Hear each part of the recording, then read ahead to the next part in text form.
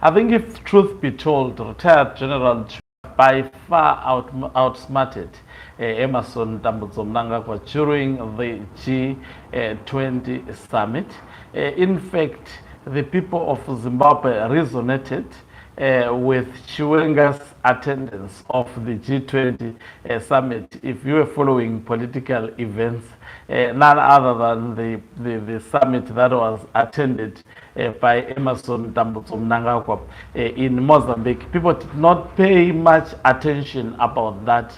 Even this, we don't know what Mnangagwa said there. We don't know even what was signed. People were not actually paying attention. All eyes were at the G20 summit because of what retired General Chiwenga. I think it was a double blow, especially for the Mnangagwa faction. When retired General Chiwenga was going to the G20, the wife was at Miss Universe.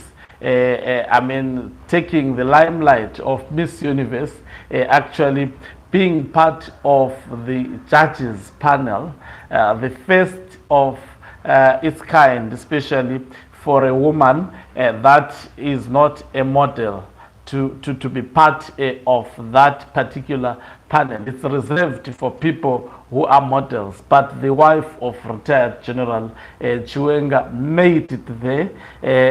Jealous individuals like Themba Mliso had to actually say something, though speaking like witches. But he had to say something. It shows that it also touched the family of Mnangagwa and the wife. Also, something that is now coming into my mind. I never even saw Mnangagwa commenting about that. That's an achievement at a global scale. But Mnangagwa did not say anything about that. Neither did also the wife of Mnangagwa say something about this. This is clearly a depiction of jealousy. Greetings and welcome to your lovely channel, Limelight Global News. If you're watching us for the very first time, please do remember to press the red or black subscribe button so that next time when we beam live, you become the very first one to watch us. So, one thing, retired General Chiwenga went to the G20 summit as a vice president. Most probably Emerson Mnangagwa undermined that particular event. But what came out so clearly is that retired General Chiwenga, he went there, he met the vice president of South Africa, most probably because the South African president was busy receiving other presidents or having meet. It was an opportunity, by the way, for the president of South Africa to engage because the world had descended in South Africa, literally. Now, look at this picture that I put here. Retired General Chiwenga was actually received by a lot of leaders in that G20 summit. I understand numerous leaders after his speech promised to actually partner with Zimbabwe. He really clarified by far in a much eloquent, better way the vision of what the Mnangagwa government may be intending to do more than Emerson Mnangagwa. He got to meet also the British Prime Minister and they had private, obviously, interactions of which the details of that are not known. It's not easy now to get, for example, the audience of a British Prime Minister, worse as even a Vice President. That shows that retired General Chiwenga is respected by the members of the global community. I remember at one point he was even welcomed by the very same Prime Minister in UK. I think he was going to Rome during that particular period. He passed through UK. He was welcomed there in UK, in Donington, by the Prime Minister. Definitely they had to talk. It shows that he is a president who is serious about re-engagement.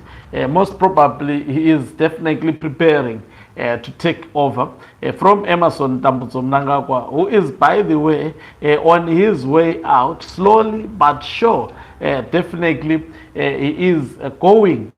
So, in my humble opinion, okay, so firstly, that meeting, to secure that meeting.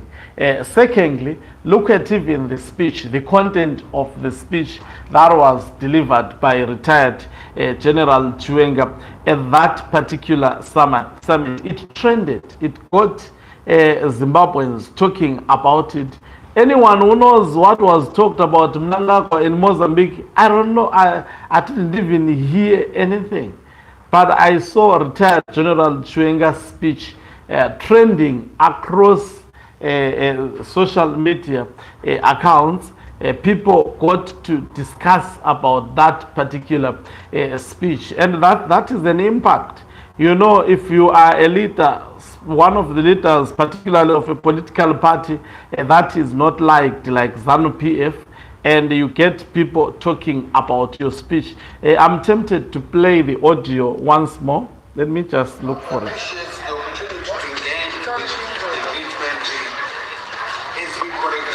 A trajectory towards inclusive and sustainable economic growth.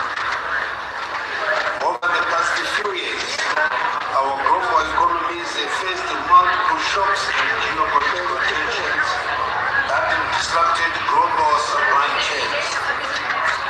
Our shared vision should therefore be one of building resilient and innovative economies that deliver prosperity. Yeah, I think I also placed the video on this particular channel, so you can also watch the video on this channel. I had one of my greatest actually viewer of this channel helping me to cover the G20 summit. I think we tried the best. There are numerous videos, especially about the who's and who's who participated in that particular summit. I think I'm yet to share more videos about the G20 summit, and indeed this channel was really transformed into a global platform. So if you haven't actually watched those videos, they are on this channel. You should actually check for them. We uploaded numerous videos. We covered almost 80% of what was discussed during the G20 summit. So listening to his speech, I understand that there are so many heads of state after he had read that particular speech who promised to actually engage Zimbabwe, and who promised to listen to the people of Zimbabwe. So there is no effectiveness. If you look at what Mnangagwa achieved in Mozambique versus what retired General Chiwenga did in South Africa, I think by far he surpasses Emerson Mnangagwa. Thank you very much for watching us. If you are watching us for the very first time, please do remember to press the red or black subscribe